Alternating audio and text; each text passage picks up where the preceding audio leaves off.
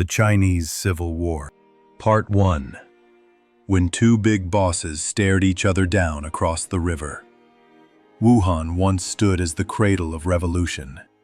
It was the city where the Qing dynasty fell, and a spirit of hope, perhaps a tad prematurely, stirred across a humiliated nation.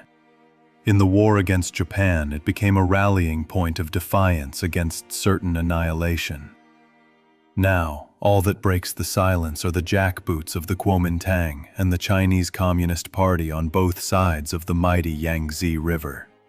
Once China's commercial artery, the mines and patrol ships have made peaceful navigation all but impossible.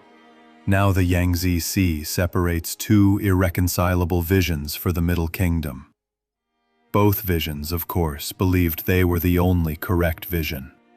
During the Chinese Civil War, the nationalists fielded an eclectic mix of tanks, from German Panzer Is to French Renaults, looking rather like a vintage weapons expo. Meanwhile, the communists practiced frugality by relying heavily on captured Japanese Type 97 Chiha mediums, defeating the enemy with second-hand Japanese goods, a truly respectable recycling strategy.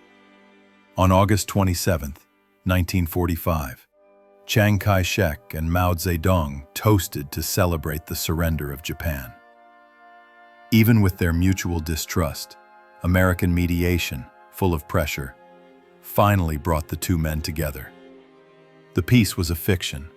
Both sides rearmed in secret, preparing for war, even as they smiled across the negotiating table. Not long after, the talks in Chongqing and Nanjing inevitably broke down. It quickly became clear that the communists were using their time far more effectively than the nationalists. The Kuomintang, mighty as it was on paper, was paralyzed in practice. The ruling party was thoroughly corrupt, incapable, and generally unlikable.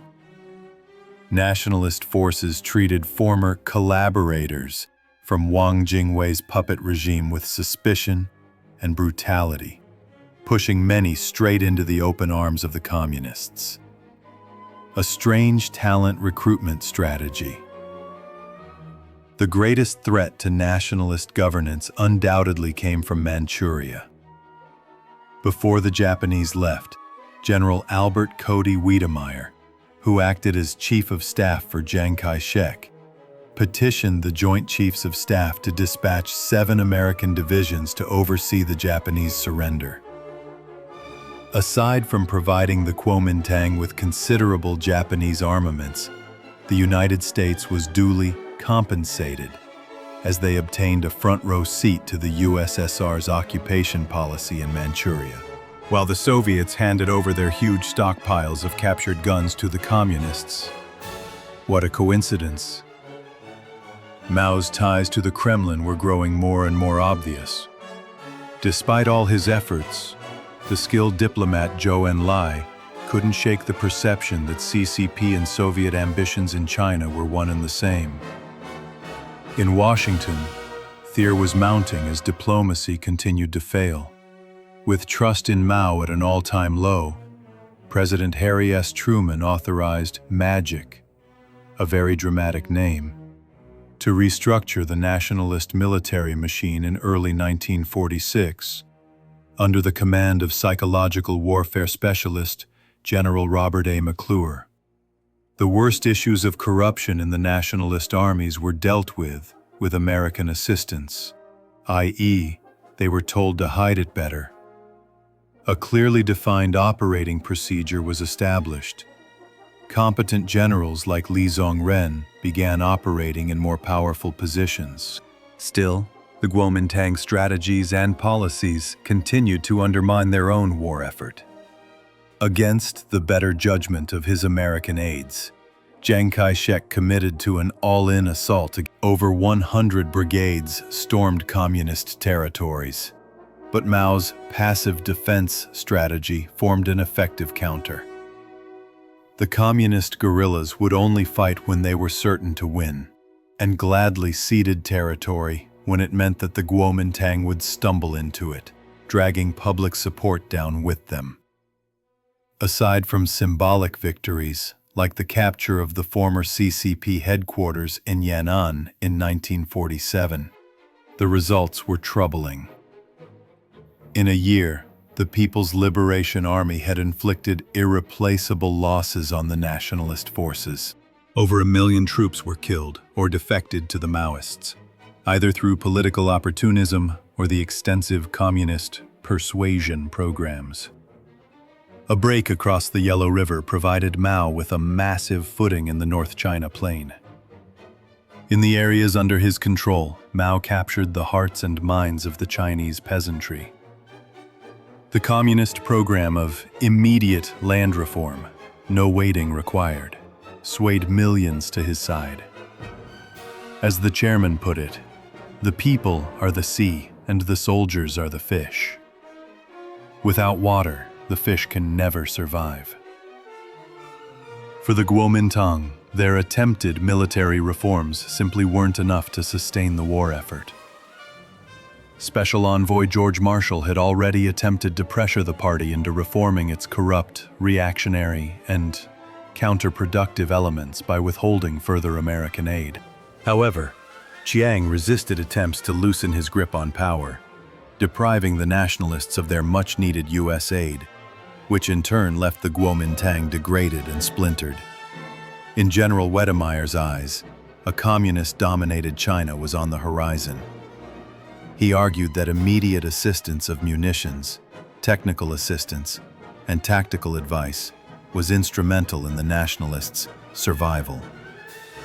Thanks to Wedemeyer's report, the United States ramped up its assistance to the Kuomintang. The report also gently suggested the nationalists appeal to the United Nations for immediate action to bring about a cessation of hostilities in Manchuria. Mao was also concerned that a UN-enforced ceasefire could deny him control of the powerful northeastern regions.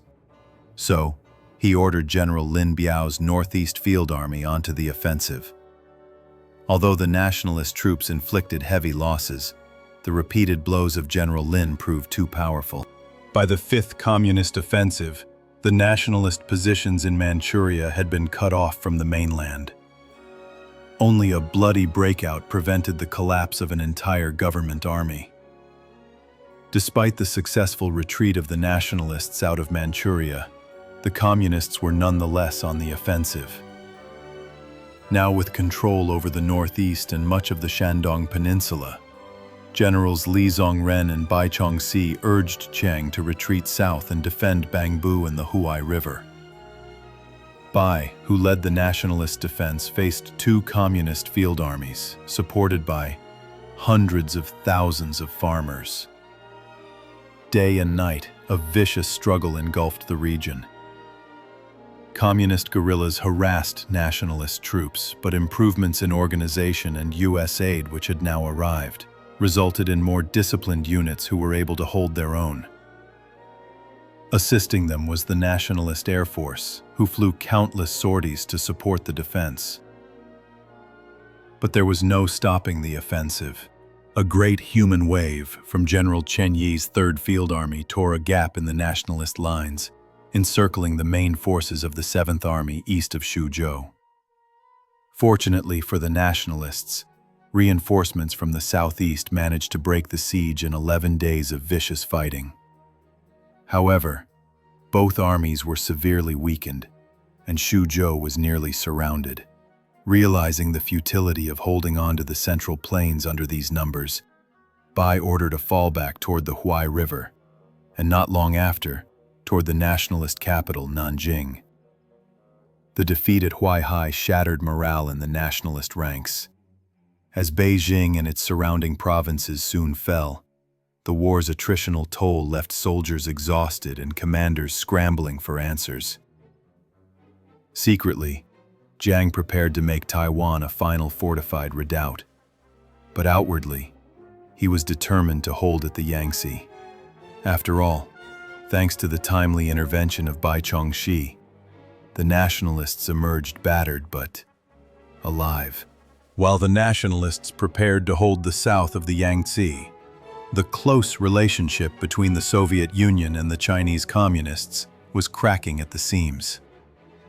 Stalin became increasingly worried about American assistance, as well as the Communists' failure to deliver a final crippling blow.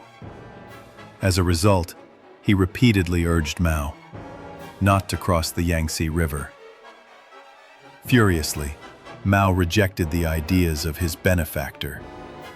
The chairman was not willing to turn China into a new northern and southern dynasty. Eager to press his advantage, Mao and his communist forces set out to cross the Great Yangtze River on the night of April 21, 1949. But the nationalists were prepared. With their superior navy, air force, and over 700,000 men, Li Zongren had turned the southern bank into a fortress that was virtually impervious to frontal assaults. The crossing turned into a bloodbath. Even as the first communist units boarded their junks, they came under fire from the Jiangyin fortress and the Chinese navy. As the PLA's casualties rapidly piled up, the battle escalated into a major international crisis. 4 British warships accidentally found themselves under bombardment by communist artillery, while insisting they had the right of passage across the river. This event would later be known as the Amethyst Incident, which caused the United Kingdom, France, and the United States to threaten direct intervention against the CCP. Stalin, in an attempt to dissuade these nations from actually sending troops to China, put the Soviet military in the Far East in full combat readiness. It was a stalemate. Mao's forces could not cross into southern China.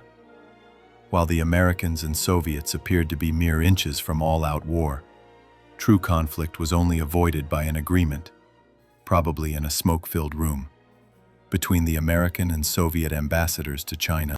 In Nanjing, they agreed that the fighting in China would cease along the Yangtze River.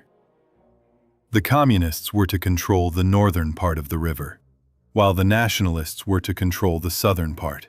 In return, the United States would recognize the Soviet Union's special privileges in Manchuria. Unable to challenge the political will of their mutual benefactors, Mao and Chiang, very reluctantly, accepted. Tensions between the Republic in the south and the People's Republic in the north remained sky-high. Although a nominal peace prevailed, the Chinese people found themselves torn between the excesses of both their governments. In the north, Mao's relentless land reform movement and campaign to suppress counter-revolutionaries led to the deaths and arrests of millions, while Chiang's White Terror in the south had similar effects. Authoritarianism on both sides triggered widespread uprisings as communist agitators took to the streets of Shanghai and Guangzhou. While in the People's Republic, the CCP had to deal with a vicious Islamic insurgency under the leadership of Ma Bufang. To be continued.